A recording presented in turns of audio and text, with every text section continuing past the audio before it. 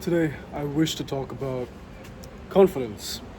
And the reason I want to talk about this is because I see so many people mistake the definition of it and how exactly to achieve it.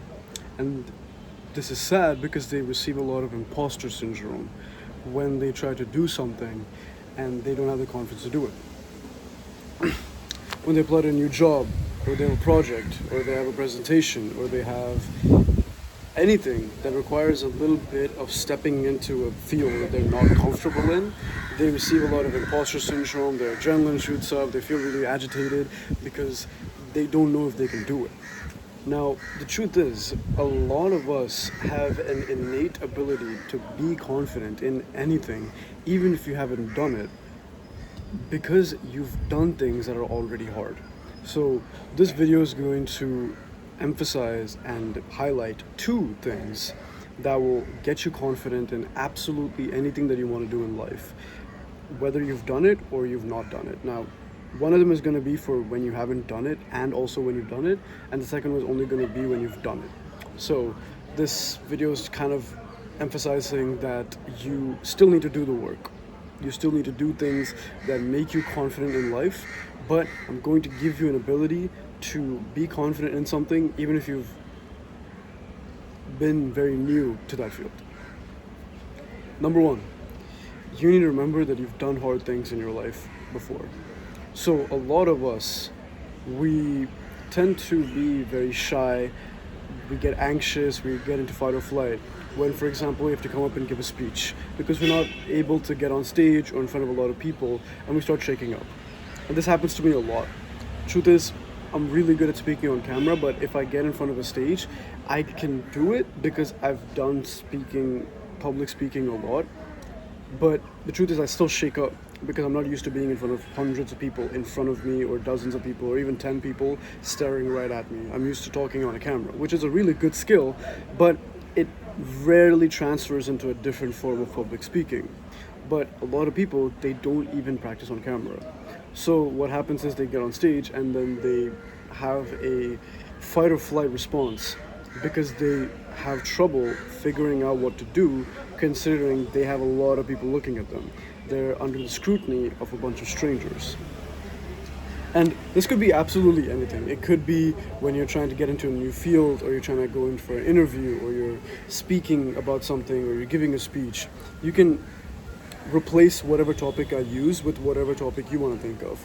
I'm going to use public speaking as my example. When that happens, our brain enters fight or flight.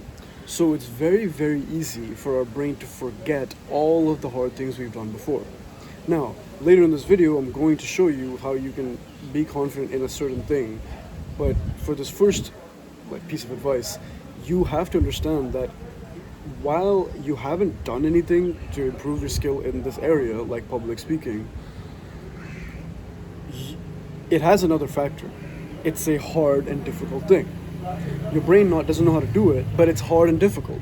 So not only is there the factor that you haven't done it before, it's also the fact that it's hard, difficult, uneasy, it's uncomfortable, and your brain doesn't like being in that position. But the truth is, that is not the first thing you're in that's uncomfortable.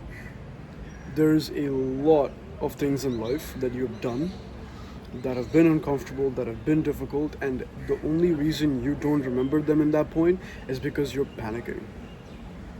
If I made you sit down for 5 minutes with a pen and paper, and told you for 5 minutes, think as hard as you can and write down 10 things that you've done that are extremely hard in your life. And at first you're not going to really think about it, you're not going to remember much, but the more I give you time, the more you're going to remember. Oh yeah, I've done this thing when I was 20, and there was this time during exams where I didn't know anything, and I had only a week to study, and I still got like 80% during that exam or something, right? Something that challenged you in life and you persevered. Because you're in a very calm state and I've given you an option to think about it, you're going to easily remember it. And the thing is, those are very, very good things. That's part of your life resume. You have done those things. But when you're in a hard position, it's very easy for you to panic and forget about it. It's like when you hit a cold shower, right? You really wanted to go hit a cold shower. The cold shower hits you, the cold water spikes adrenaline in your body, and you forget why you're there in the first place. You forget that this is good for you, this makes you feel good. You just think about the pain. Similarly, when you're sitting in front of a bunch of people or standing in front of an audience, you're in panic, you're in fight or flight. So it's important to calm yourself down. Right before you enter that position, or even if it's possible, in that position, you have to muster up the courage to calm yourself down. That should be a priority. Because when you calm yourself down, not only are you going to be able to think clearly, but you're also going to be able to remember all the hard things that you've done in your life. This is what I do when I'm not confident in something. For example, I really like working out in the gym and I hate doing bodyweight exercises. I'd rather use some equipment. So when I'm in a position like right now where I don't really necessarily have equipment to use, bodyweight exercises don't really look that attractive to me. So doing push-ups, doing pull-ups and all these things, they're fun, but I prefer equipment.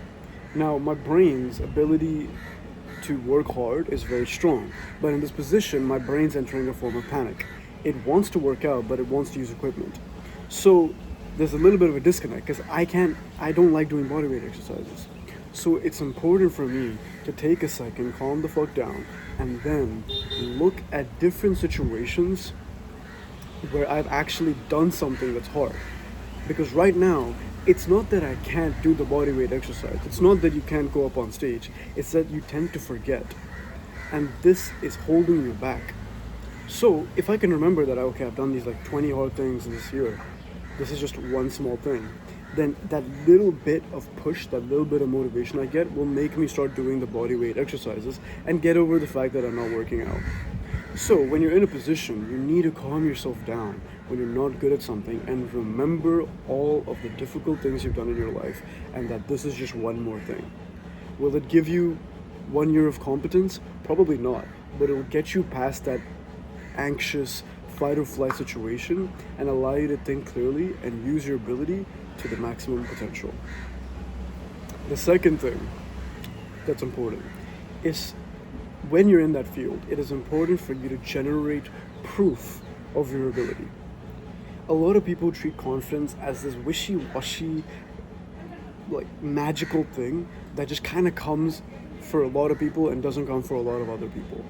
And when people look at people that are able to public speak or been able to write the exam or have that hard conversation, that person's emitting confidence. So what the third party sees is that, oh, that person's just been confident, but it's something in their blood, it's in their genes.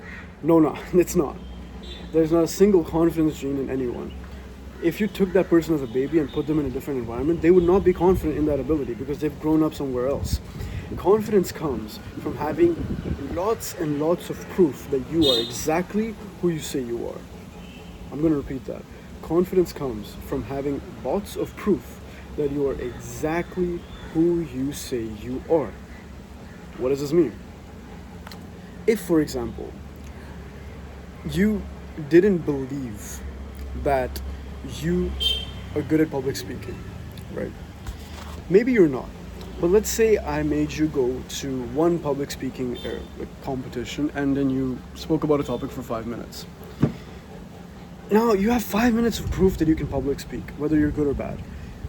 In that 5 minutes, you gain a little bit of stage confidence, you gain a little bit of projection, so it's a little bit of skill. So now the next time you go up, you're going to be a little bit more confident, right? So let's say I made you do 20 minutes, 30 minutes, 50 minutes of practice, 100 minutes, 2 hours. Maybe over the course of a year, I gave you 100 hours of public speaking experience. I made you go to seminars, I made you go to competitions, I made you go make YouTube videos, talk to strangers, bunch of public speaking, whatever, right? And I gave you like 20 hours, 50 hours of confidence, as experience. Now, then, if I made you go to a public speaking seminar, what do you think would happen? Right, on like, let's say the 100th, I made you do 100 public speaking seminars. On the 101st, do you think you'd be shy or do you think you'd be confident? You'd probably be confident. Not because you gain a lot of skill, which might be true, but you gain confidence primarily because you have 100 different units of proof that you are exactly who you say you are. You go up on that stage the 101st time and you know you can do it because you've done it 100 times before. You have proof. You have evidence that you are who you say you are. So if you don't have confidence in something, it is your duty to start gaining proof, even if it's the tiniest bit of proof, and use that as fuel whenever you go and do the thing again. If you're not confident in an exam, you go and write an exam, right? You're sitting down in the exam hall and you're not confident writing it.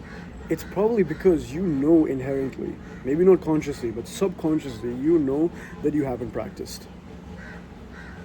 You know that you haven't put in the work, you haven't studied, you haven't learned the material. So when you sit down to write that exam, you start panicking because you know you can't answer any of the questions.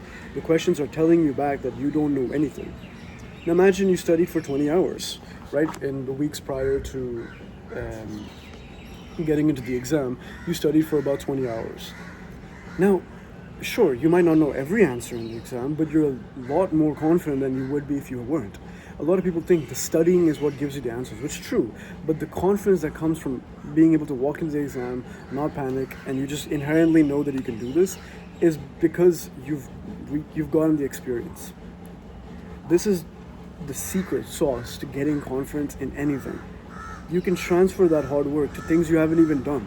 For example, if you know you have the ability to do something but you don't have the confidence to go up and do it, you have to think about the things that you've already done and use that as fuel. And this is what makes you good at the thing that you do. If you're not good at talking on camera, and I wasn't before, you just do hundreds of different experiences. You do more and more. You gain more volume of skill and proof that you can do this. So the 101st time or the 150th time you do it, it's second nature to you. And this is how you gain confidence in any skill. You have to first remember that you've done hard things before, and your ability to make and generate proof of the thing that you're doing. These two things would make you go a long way. If you like this video and you want to see more, click the subscribe button and the like button. It helps me out and helps you out. And I have a lot more videos like this on my channel, so you can click my face down there and watch any one of them. See you.